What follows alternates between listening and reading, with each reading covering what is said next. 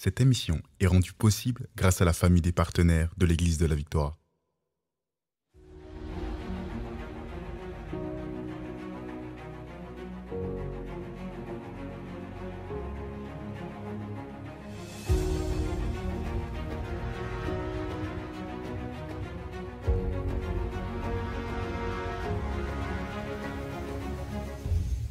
Bonjour et bienvenue à l'émission Parole de foi. Quelle joie de vous avoir avec nous aujourd'hui. Je suis encore aujourd'hui avec Pasteur Shamim Hosseini, qui est la directrice de plusieurs choses. En fait, je vais te dire, Oui, Pasteur Shamim, tu es la responsable directrice du Centre d'appel Victoire. Tout à fait. Tu enseignes au Collège biblique. Tu es pasteur responsable de tous les soins pastoraux de l'Église ici localement et à l'international.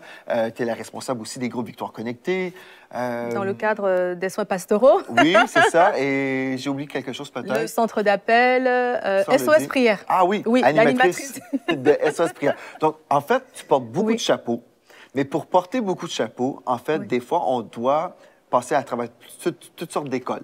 Et on a vu dans notre dernière émission, en fait, que Dieu va élever les serviteurs, ceux qui sont dans le service. Des fois, on cherche Tout un à fait. poste, mais Dieu, lui, cherche nos cœurs. Et il cherche des cœurs de serviteurs, des gens qui sont juste prêts à servir le Seigneur. Et puis, on a vu comment, à cause de ta disposition, Dieu il t'a formé, en fait, et puis il t'élève et tu vas de gloire en gloire. Et on est au bénéfice de la bénédiction de Dieu dans ta vie. Donc, Amen. merci d'être là. Mais Comme aujourd'hui, l'Église. on veut aider les gens qui ont peut-être suivi l'émission d'hier. Si vous avez raté l'émission, allez découvrir l'archive sur la chaîne YouTube de l'Église de la Victoire. Le thème, c'est comment entrer dans son appel. Donc, comment entrer dans son appel. On a déjà dit des choses très importantes à partir de la vie de Pasteur Shamim. Je pense que vous allez vraiment être inspirés et ça va vous donner des indications pour votre propre vie, là.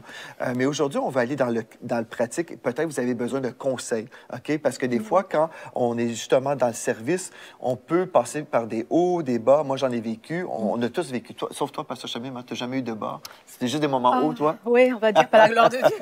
Non, mais on vit Non, mais tous. On vit des hauts, des bas. C'est ça. On est des êtres humains, on vit sur la terre. Et puis, on a des attentes. Des fois, on peut vivre toutes sortes d'épreuves. Hein. Mais comment tenir? Tu sais, comment tenir bon, comment demeurer fidèle à Dieu. Aujourd'hui, on va vous donner des conseils parce que peut-être vous avez besoin d'être encouragé dans votre foi, dans votre service. Et puis, Pasteur Shamim t'enseigne au Collège biblique un module sur les soins pastoraux. Tout à fait. Peut-être tu peux nous parler du cœur de ce cours-là. Voilà, donc en ce qui concerne les soins pastoraux, donc moi, je suis impliquée justement en tant que bergère à Ouais. l'Église. Donc l'idée, c'est de l'encadrement des gens, la croissance. On veut s'assurer que les gens qui viennent avec nous, ils trouvent de la nourriture, donc de l'enseignement. On veut aussi répondre à leurs besoins. On veut les accompagner dans leurs difficultés. Donc si vous vous demandez c'est quoi les soins pastoraux, c'est ça, c'est les soins aux membres en fait, pour les aider à grandir, les encadrer et les enraciner dans la parole de Dieu. Donc ça, c'est un ministère qui demande beaucoup d'amour, je dirais déjà, parce qu'on sert des personnes. Il faut avoir le cœur. Je pense que Jésus, le cœur qu'il avait, c'était le cœur de l'amour. Jésus était amour, et de cet amour est né tout son ministère. On a vu les fruits jusqu'à aujourd'hui. Et on doit aimer les gens avant tout, parce qu'on va rencontrer des gens différents. La plupart des gens qu'on rencontre dans les soins pastoraux sont des gens qui sont brisés, qui vivent des difficultés, qui ont eu des grosses peines dans leur vie. Donc, ces personnes, leur vase d'amour, là, est à zéro, en fait. Et des fois, les personnes blessées blessent aussi. Ça, il faut s'en souvenir. Donc, moi, je crois que l'amour couvre une multitude de fautes. L'amour amène aussi les personnes à la repentance. À partir de l'amour, en fait, on peut accomplir un ministère d'excellence avec le Seigneur. Et si peut-être vous êtes berger ou vous êtes ministre, vous vous dites, mais l'amour, c'est facile. Comment Non. recevoir l'amour? En fait, moi, je veux dire que des fois, les gens s'imaginent aussi, c'est les faibles qui aiment. Des fois, on dit, l'amour, non. c'est une faiblesse. Non, mais en fait, c'est tout le contraire, en fait. Quand on choisit d'aimer ceux qui ne sont pas aimables, des fois, il y a des gens qui sont méchants avec nous et Dieu nous dit, tu dois l'aimer, cette personne. Tout Donc, à fait. non, en fait, c'est très bon. C'est Ça que commence par le cœur des soins pastoraux, c'est justement, c'est l'amour. C'est ça, le Pour cœur les des gens. soins, c'est ça doit être l'amour parce qu'on va retrouver des personnes qui ont besoin, qui sont blessées, comme je dis, et qui sont des fois aussi blessantes. On a besoin de patience, on a besoin de les écouter dans des saisons où ils sont brisés. On ne peut le faire qu'avec l'amour. Moi, je me souviens quand le Seigneur m'a appelé au ministère pastoral, au début, j'ai fait comment je vais faire ça? Je me sens pas. Parce que je savais que c'est un ministère qui demande beaucoup de compassion, de compassion et de cœur. Et je me demandais si j'étais assez remplie de ça pour le faire. Mais honnêtement, le Seigneur m'a donné un 3 mois là où vraiment, je me souviens que dans ces 3 mois, j'ai beaucoup prié pour ça. Je disais, Seigneur, il faut vraiment que tu me communiques ton cœur de compassion. Il faut que tu me communiques ta douceur. Il faut que tu me communiques ton amour. J'ai passé beaucoup de temps avec le Seigneur et notamment avec le Saint-Esprit. Parce que c'est le Saint-Esprit, en fait, dans Galates, on voit les fruits de l'Esprit et les fruits de la chair. Et le fruit de l'Esprit, c'est l'amour, la douceur, la patience, la foi. Donc, je me souviens que pour répondre à l'appel, ma préparation à moi spécifiquement, ça avait été de passer beaucoup de temps avec le Saint-Esprit pour qu'il me remplisse et que quand j'allais dans des situations où l'amour est nécessaire, j'en aurai dans ma banque. Où la douceur est nécessaire, j'en aurai dans ma banque. Où la foi est nécessaire, j'en aurai dans la banque. Tu vois ce que tu dis, on lit dans Romains 5:5. Or, l'espérance ne trompe point, parce que l'amour de Dieu est répandu dans nos cœurs par le Saint-Esprit qui nous a été donné. Donc, on a déjà le Saint-Esprit, mais il faut être conscient, il faut choisir de laisser couler cet amour. Hein? Parce que l'amour de Dieu est là, comme le fruit de l'Esprit est en nous, mais on peut choisir d'être charnel, on peut choisir de ne pas être rempli d'amour, de joie, de paix. On peut choisir de vivre autrement, mais si on se soumet à Dieu, au Saint-Esprit qui est en nous, ben, l'Esprit de Dieu est déjà là et son amour, Dieu est amour. Hein? Ça fait que si je réalise, OK, Dieu est amour, et son amour est en moi, là, je peux laisser couler cet amour. Mais il faut que je sois sensible au Saint-Esprit. Bien, justement, toi, dans ton service, dans le ministère, tu peux avoir une situation compliquée. Quelqu'un arrive, comme tu dis, la personne est brisée, elle a besoin des soins, la prière, de l'écoute, des conseils, tout ça. Et tu peux te donner, là, vraiment te donner et encourager la personne. Et elle peut vivre une certaine restauration. Tout à fait. Mais après, on n'a aucune garantie que la personne va être gentille en retour. Non, c'est ça. La personne que tu as aimée, que tu as encouragée, que tu as rebâtie, peut après te poignarder dans le dos et te faire du mal aussi. Tout à fait. Je dis des fois que dans le troupeau, il y a des brebis, des loups et des pigeons. Et aussi, ce qu'on voit, là, Pasteur Chamim, c'est même pas forcément des nouveaux chrétiens. Non. Des fois, je dis chrétien parce qu'en fait, un chrétien véritable, pour moi, c'est quelqu'un qui est un disciple de Jésus-Christ. Donc, pour moi, Jésus était amour et puis il est amour. Donc, des fois, c'est ça, c'est que on peut tellement se donner. Et une chose que j'ai souvent expliquée dans les soins pastoraux, une chose importante, c'est que tout ce qu'on fait, on doit le faire pour le Seigneur. Même si on sert les hommes, on le fait pour le Seigneur. Et si on reçoit de la reconnaissance des hommes, bien, gloire à Dieu, ça c'est super, on le reçoit avec joie, mais souvent on ne va pas avoir de remerciements. Souvent c'est le contraire même, on va avoir donné, aidé, prié, conseillé, et des fois on peut vivre le contraire. Et puis des fois même si des vieux chrétiens, puis on a des attentes que ces gens-là, on s'imagine que c'est impossible que des vieux chrétiens soient d'une certaine façon, mais tout ça, Dieu est là. Oui, Dieu est là et Dieu le sait. Dieu connaît les personnes qu'il nous a amenées, il nous a envoyées, et il connaît leurs problématiques, il connaît leur cœur, il connaît leurs caractéristiques. Donc, si Dieu a permis, si Dieu est confiant que nous avons la capacité de les guider, si Dieu nous fait confiance pour ça, c'est que nous avons effectivement la capacité de le faire. Donc, il faut faire confiance aussi à l'appel de Dieu. Parce que des fois, on peut douter finalement de est-ce qu'on a vraiment ce qu'il faut pour ces personnes. Mais non, si Dieu nous a appelés à le faire, c'est qu'il nous a déjà donné tout ce que ça prend, la provision, le caractère, le cœur, et etc. Donc, il faut se faire confiance à soi-même aussi et aller vers ces personnes. Mais quand on parlait de l'amour, il y a l'amour des gens, mais il y a l'amour de Christ aussi. C'est les deux qui doivent être travaillés parce que aussi, plus on aime le Seigneur, on doit faire les choses en se disant que on le fait pour le Seigneur. Moi, je me vois des fois comme la fiancée du Christ. Et dans la Bible, le rôle de l'épouse, c'est un rôle d'aide à l'époux. Donc, je me vois souvent dans le rôle de l'aide à Christ. Donc, dans ce que je fais pour le Seigneur, pour moi, je suis en train d'exécuter mon mandat auprès de mon époux. Donc, ça me rappelle que je sers le Seigneur. Je suis en train de faire une activité avec lui parce que c'est ce qui est important pour lui en ce moment. Donc, je le fais avec cœur, en fait. Donc, quand on a cette pensée-là aussi, on le fait parce qu'on aime le Seigneur, parce qu'on se tient à côté de lui, on le fait avec lui. Ça prend aussi une dimension différente. Il faut faire attention à ne pas être offensable aussi. Moi, je crois qu'un meilleur berger ou un meilleur ministre est quelqu'un qui n'a plus le rejet, l'abandon, la trahison, etc. Parce que c'est sûr que dans le rapport avec les brebis, ils vont appuyer sur ces, sur ces boutons-là, sur ces petits boutons-là. Moi, je sais que justement, quand je partageais que je t'avais rencontré parce que je cherchais un enseignement sur l'esprit de rejet, moi, j'avais été guérie à cette époque-là. Et je bénis le Seigneur parce que si j'avais gardé ça avec moi, ça aurait été difficile aujourd'hui. Et puis, on est en croissance, on s'améliore sur d'autres choses. Certaines saisons, on va guérir sur l'abandon, d'autres saisons sur la trahison. Mais on est aussi des humains dans la main du Seigneur. On est le berger, mais on est aussi la personne que Dieu est en train de transformer. On doit aussi, nous laisser transformer par Dieu. Il y a des bergers qui sont très rigides, qui disent c'est comme ça ou pas, etc. Mais est-ce que nous aussi, en tant que bergers, on laisse le Seigneur nous modeler et nous façonner? Parce que si on n'est pas en train d'être façonné par Dieu non plus, on ne fera pas un bon travail, on ne va pas le représenter correctement. En fait, être souple aussi comme souple, ça, c'est ça. C'est d'être sensible au Saint-Esprit. Absolument. Parce que, comme tu dis, on peut appliquer, par exemple, la parole de Dieu comme la loi. Là. Et ne pas recevoir l'Esprit qui a inspiré cette parole. Je me souviens une fois, il y avait une situation à l'Église où j'aurais pu appliquer la parole de Dieu d'une façon très, très carrée, là. Mais l'Esprit de Dieu me disait, non, cette personne, c'est pas exactement ça. Et puis j'ai eu une directive de la part de Dieu par rapport à un cas où j'aurais dû, comme textuellement, j'aurais pu chasser la personne de l'Église et dire, ben tu dois quitter parce que ta vie est comme ceci, comme cela. Et Dieu me disait, un instant, voici ce que tu dois dire, parce que ce qu'on veut, c'est racheter la personne. On veut la gagner, là. C'est ça. Vraiment. Et pas la perdre. C'est ça. Donc, il faut être souple, il faut être sensible au Saint-Esprit. Tout à fait. Et si on est comme ça, c'est la première chose. Hein? J'aime Dieu, j'aime mon prochain. Et si j'aime le Seigneur, je vais être dirigé par lui dans les soins auprès des brebis. Parce qu'au final, c'est ses brebis à lui. C'est pas mes brebis. C'est ça. Moi, je considère toujours que les brebis appartiennent d'abord à Dieu, puisqu'il dit, vous êtes mes brebis. L'Éternel les a confiés à Jésus pour les ramener à lui. Et Jésus, en repartant, il a fait des dons à l'Église pour encadrer ces brebis-là.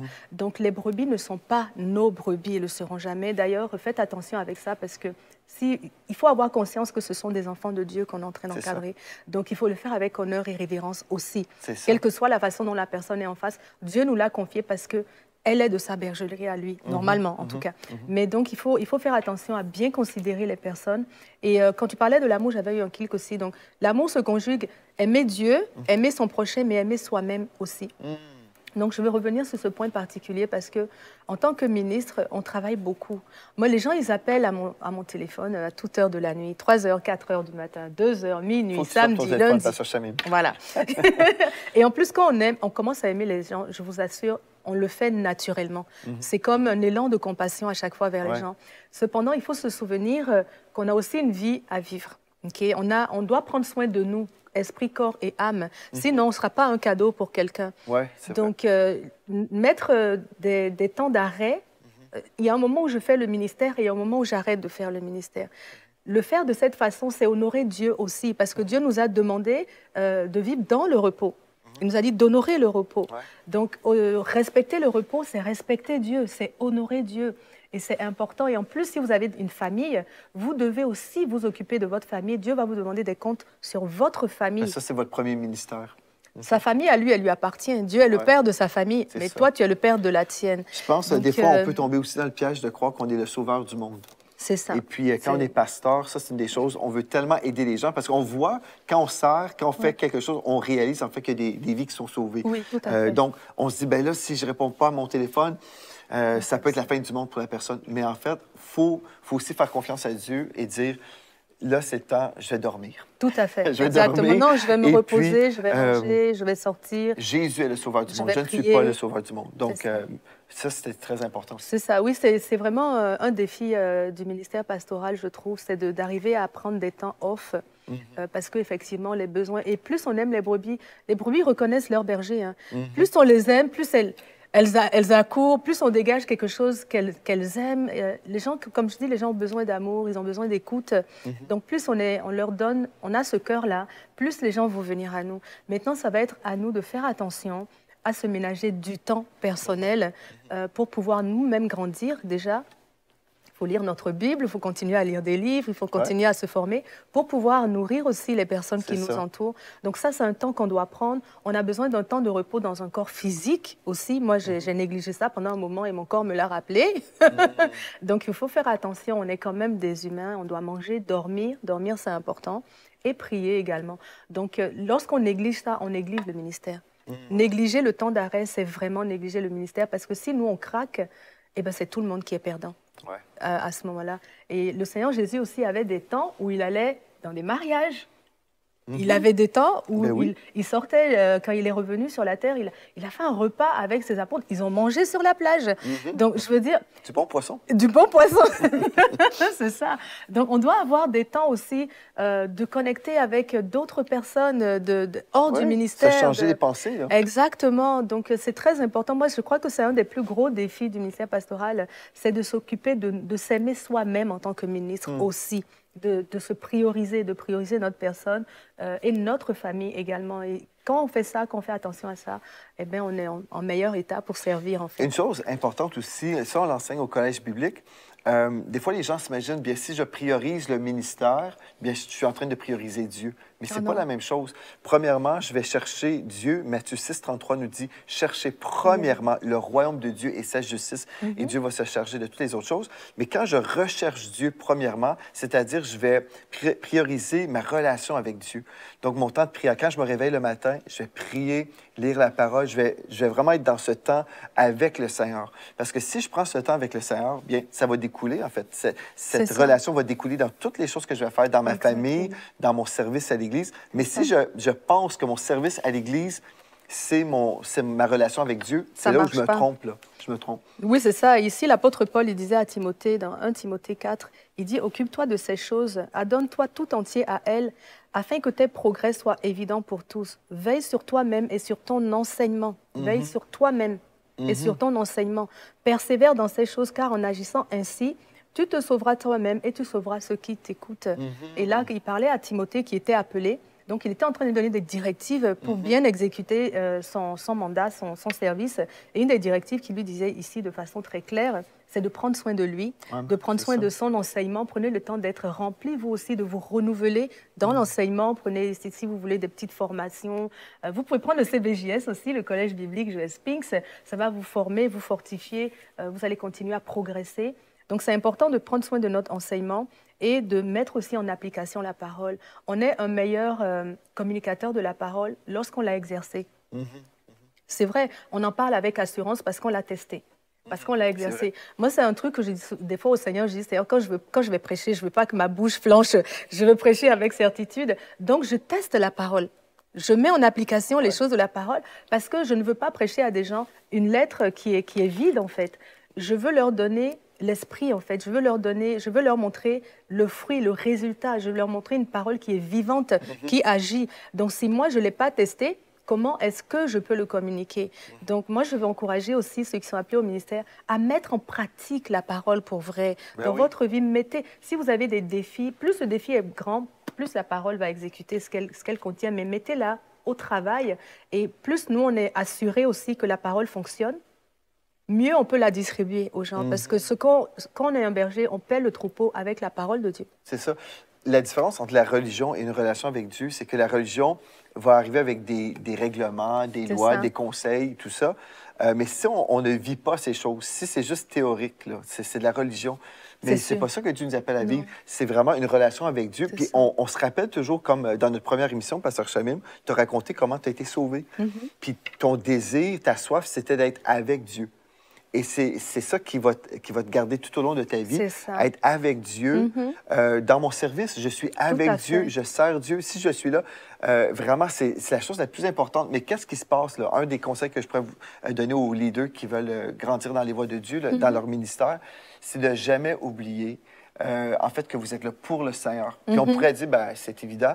Non, c'est pas évident. Non, c'est pas évident. Je me souviens, Pasteur Chamim, une fois, j'étais avec des pasteurs dans un temps de relaxation, je vais dire ça comme ça.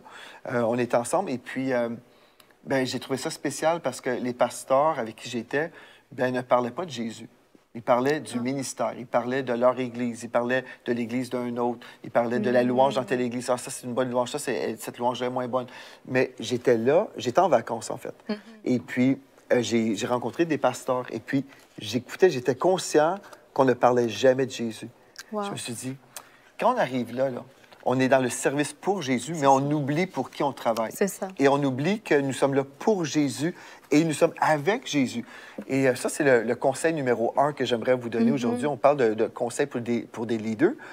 Mais en fait, là, vraiment, est-ce que j'ai oublié que Jésus est le but, là? Jésus est le but de tout, là. C'est ça. C'est vraiment... on sert le Seigneur, mais on sert Jésus. Et oui, on va servir les brebis, mais c'est pour Jésus. C'est que moi, en fait, je trouve que c'est la chose la plus importante de toujours revenir et dire, pourquoi suis-je là aujourd'hui? C'est pour Jésus. Quand je vais partir de ce corps, je vais déménager au ciel, je vais être avec Jésus. Comme aujourd'hui, je suis avec Jésus. Mais si je perds le focus, bien, c'est là où je peux abandonner aussi. Oui, c'est ça. Je peux abandonner parce que là, je vis des épreuves, je vis des difficultés. Et je peux dire que le ministère, c'est pas sans épreuve, sans difficulté. Ah ben, c'est ça, non, c'est comme un emploi comme un autre. En fait, on fait le ministère avec des personnes et c'est d'où la difficulté, évidemment. Mais dans tous les cas, avant d'être un ministre, on a un enfant de Dieu. Ouais. C'est ça qu'il faut vraiment se souvenir. Absolument. Moi, souvent, je me souviens, avant d'être un pasteur, je suis chrétienne. Et pour moi, c'est fort. Cette identité est celle à laquelle je suis attachée, en fait. Je suis une fille de Dieu. Amen. Je crois en Christ, je crois en l'œuvre de la croix. Et je veux vivre ma vie avec le Seigneur. Donc, ce que le Seigneur m'appelle à faire, c'est autre chose. Mais ma relation avec lui, elle est déterminante pour toute ma vie, en fait. Et donc, il faut se souvenir qu'on est d'abord des enfants de Dieu. Et donc, en tant qu'enfant de Dieu, c'est quoi notre relation avec Dieu en ce moment? Est-ce qu'elle passe juste par des préparations d'enseignement? Est-ce qu'elle passe juste par quand on assiste à des prières communes avec les gens? Est-ce qu'en ce moment, en tant que berger, on a une vraie relation de fils avec son père? Est-ce qu'on prend le temps de chercher Dieu dans sa parole? Est-ce qu'on prend le temps de passer du temps avec lui? Est-ce qu'on prend le temps d'être vraiment un enfant de Dieu? Ça, c'est quelque chose de très important, c'est à la base parce que le pasteur, le prophète, le docteur et tout, avant d'être appelés à ce ministère ou d'être des dons dans ce ministère, ils sont d'abord des fidèles du Christ, des enfants de Dieu. Donc c'est important de s'en souvenir et de rester à travers toutes les circonstances un enfant de Dieu. C'est d'ailleurs ce qui nous permet de traverser les épreuves. Amen. C'est ça, parce que même celui qui n'est pas appelé au ministère, qui vit qui est peut-être dans sa pharmacie, il a des difficultés dans son travail et tout, mais comment il s'en sort? C'est à partir de sa foi. Il s'en sort à partir de sa relation avec Dieu. Donc nous aussi dans le ministère, vraiment, soyons d'abord des enfants de Dieu. Et je crois que c'est notre force, en fait. Amen. Dans la faiblesse, avec le Christ, nous serons forts. Dis-moi, Pasteur Shamim, dans le cours que tu enseignes au Collège biblique, ce module, sur les soins pastoraux, dis-nous un petit peu, c'est quoi les thèmes que tu vas aborder? Okay. Parce qu'il y en a aujourd'hui peut-être qui disent, je veux des bons conseils pour le ministère, pour le leadership, mais qu'est-ce que ceux qui s'inscrivent, par exemple, qu'est-ce qu'ils peuvent vivre? Super. Mais en fait, on a fait un module pour les soins pastoraux, donc pour les gens qui se sentent appelés au ministère pastoral ou à la bergerie ou qui sont leaders dans une bergerie. Eh bien, il y a quatre cours, je pense, 4 ou 5. En tout cas, le premier, c'est le berger et ses brebis. Donc, on va regarder un peu c'est quoi le cœur du berger et c'est quoi, qui sont les brebis, comment les aborder, etc. Donc, c'est un cours qui est très intéressant. On a aussi un module sur comment organiser une rencontre pastorale. Okay. Parce que quand on encadre des gens, on les reçoit aussi et on prend du temps avec eux. Donc, comment faire ça de façon concrète? Quels sont les temps? Par exemple, on va donner des choses aussi précises que quel temps vous pouvez utiliser, par exemple, pour une réunion? Est-ce qu'un homme peut avoir une réunion avec une femme toute seule? Vous voyez, des choses aussi simples et aussi pratiques. Donc, c'est vraiment une formation pratique, hein, on va le dire. C'est très bien. Pour le ministère pastoral, on va aborder les défis et les perspectives du ministère pastoral. On a parlé, par exemple, de la gestion du temps, qui est un gros défi pour beaucoup d'hommes de Dieu. Il y en a quelques autres qu'on va aborder dans ce cours-là, les défis du ministère pastoral. Et on a aussi un module pour les groupes maisons, parce que le groupe maison, c'est une famille de brebis qui se tiennent ensemble. Donc, comment réaliser, dans le cadre de son église locale, des groupes maisons, comment avoir du succès dedans. Donc, il y a vraiment, nous, à l'église à Victoire, depuis 15 ans, on a toujours fonctionné avec des groupes maisons et donc, à travers ce cours-là, en fait, on vous donne des caractéristiques, les bonnes caractéristiques d'un groupe maison, comment évaluer votre responsable de groupe maison, par exemple, comment choisir le bon responsable. Donc, c'est vraiment avec l'expérience qu'on a aussi de la maison qu'on vous donne du matériel qui va vous aider. Si vous avez dans votre église le désir de faire des groupes maison, vous aurez toute l'information. Donc là, ça fait 4 cours. Bien, gloire à Dieu, mais c'est super. Ça fait que vraiment, au Collège biblique, vous allez former dans la parole. On va toujours utiliser notre livre de référence, c'est la parole de Dieu, la Bible, certainement, mais aussi des expériences, aussi, comme tu dis, là, des choses qu'on a vécues, des choses que des fois, on peut partager les histoires de succès, mais aussi des fois les défis, les problèmes qu'on a pu rencontrer, comment ne pas répéter les mêmes choses. Donc, je trouve que c'est tellement merveilleux de pouvoir justement être ensemble au Collège biblique. C'est une grâce de pouvoir pouvoir vous transmettre Oui. ce qu'on a reçu pour que vous puissiez grandir et être des serviteurs de Dieu efficaces. Donc, j'espère aujourd'hui que vous avez été encouragés dans votre service en tant que leader.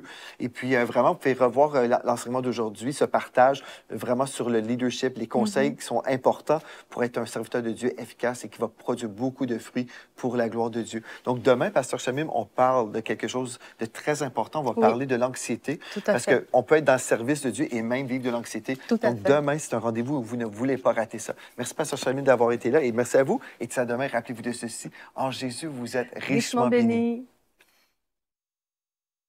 Vous êtes bénis par les messages révolutionnaires de l'Église de la Victoire. Prenez part à cette œuvre qui transforme des milliers de foyers en visitant dès aujourd'hui semer.ca. Devenez un partenaire mensuel ou un bâtisseur ou paramétrez vos dons de façon automatique en toute discrétion et sécurité. 100% de ce que vous semez sert à annoncer l'Évangile. Merci de croire avec nous. Semer.ca